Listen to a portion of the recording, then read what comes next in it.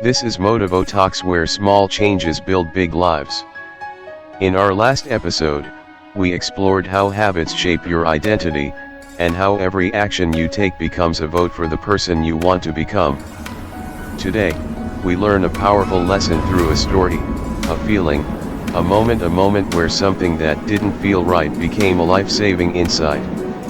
James Clear begins this chapter with the story of a firefighter. A normal day.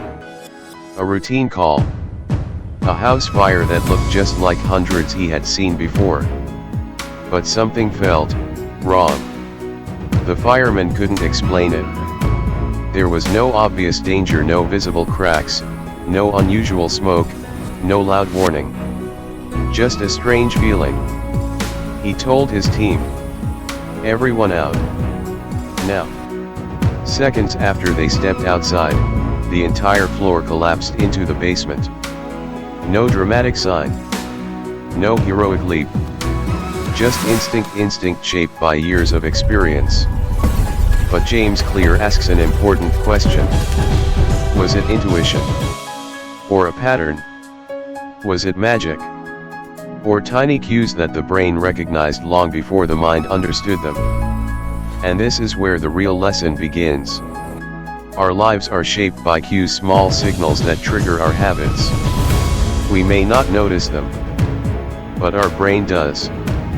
This is exactly why the first law of behavior change exists. Make it obvious. Habits don't appear randomly. They begin with cues, the things you see, hear, smell, feel, and encounter every single day. Your brain is always scanning, always absorbing, always predicting. Even when you aren't aware of it. Think about it. You walk into the kitchen and suddenly feel hungry, not because you need food, but because the environment triggered the cue.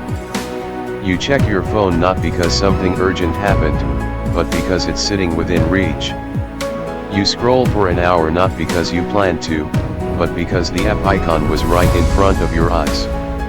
Our lives are full of automatic actions triggered by invisible cues. And the fireman's story reminds us. Your brain learns patterns long before your mind understands them.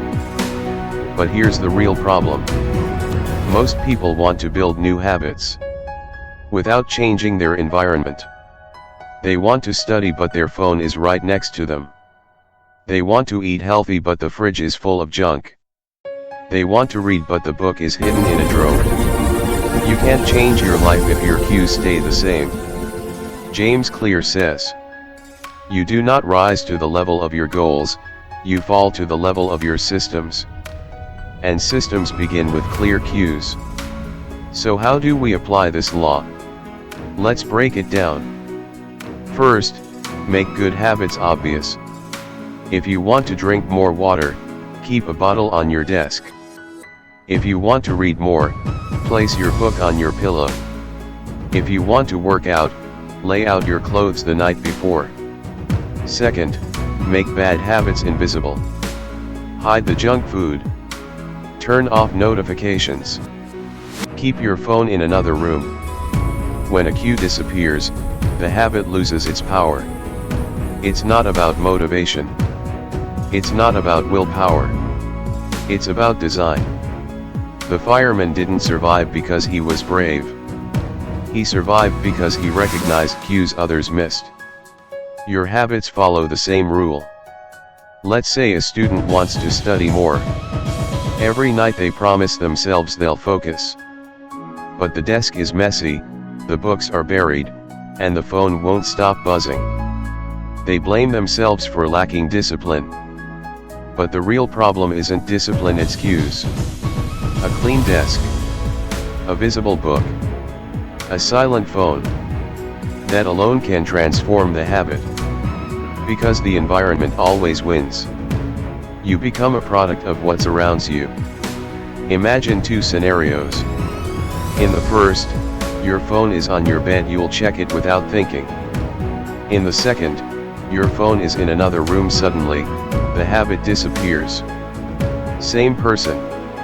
Different cue. Different outcome. So what does this mean for identity? It means you can reshape who you are by reshaping what you see. Want to be fit? Place your running shoes by the door. Want to be organized? Keep your workspace clean. Want to pray, meditate, or journal? Create a visible, peaceful spot for it. Cues create habits. Habits shape identity. Identity builds your life. When you control your cues, you control your habits. When you control your habits, you control your future. The fireman didn't pause and think. The temperature is rising, the fire is spreading unusually fast. No. His brain connected patterns automatically. Because repetition turns cues into instinct.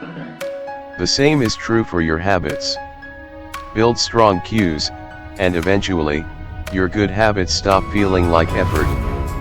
They become automatic. So here's the real question of this chapter. Not how do I build habits, but what cues are shaping my behavior right now? Look around your room. Look at your desk.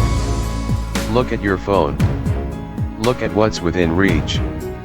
Everything around you is shaping your identity, even if you don't notice it. If you want to change your life, change what you see. Change what you surround yourself with. Change the cues and the habits will follow. This was episode 4 of Atomic Habits Explained. In our next episode, we'll explore the best way to start a new habit, the simple, practical strategy to make change effortless from day one. Until then, design better cues, build better habits, and keep growing. This is Motivotalks, where small habits build great lives.